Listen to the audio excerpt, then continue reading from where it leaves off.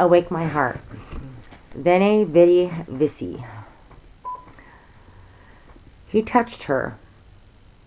The fever left her. Matthew 4:15.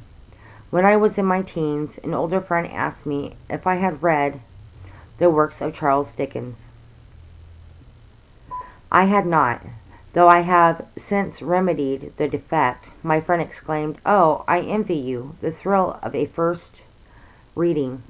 I have sometimes wished we could read these gospel incidents as though for the first time. Would there not be wide-eyed wonder?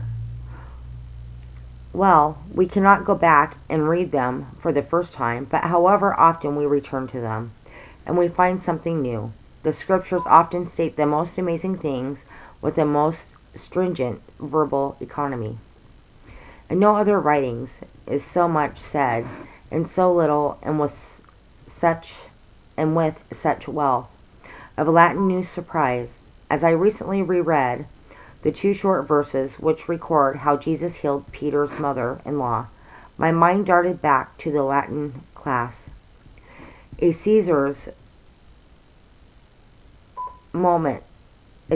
famous words, veni, vidi, vici. I came, I saw, I conquered. How truly the word described what happened when our Lord entered Simon's house. First, then Jesus came into Peter's house. Has he come into ours?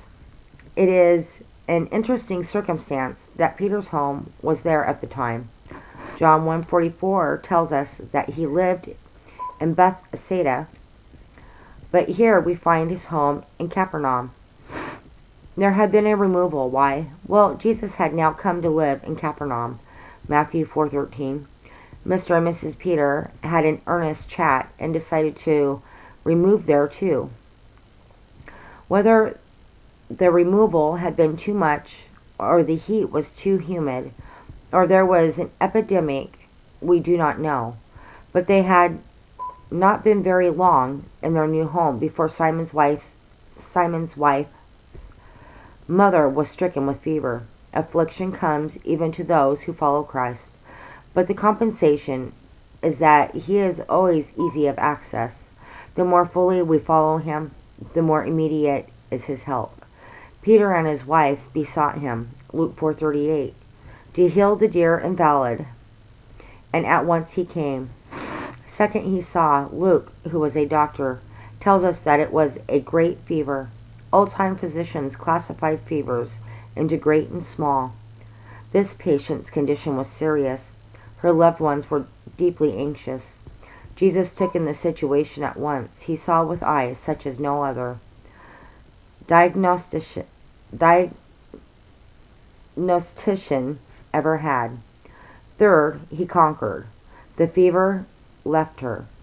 There was no slow, uncertain reducing of the fever, like the slow subjugating of an obstinate enemy. The cure was immediate and complete. She arose and ministered to them. Luke adds a vivid touch. He rebuked the fever, as though there was an evil intelligence behind it. If there was, then both disease and demon fled at the omnipotent touch of that hand. All this illustrates what happens, or is meant to happen, when Jesus comes into a human heart. He comes, he sees, he conquers.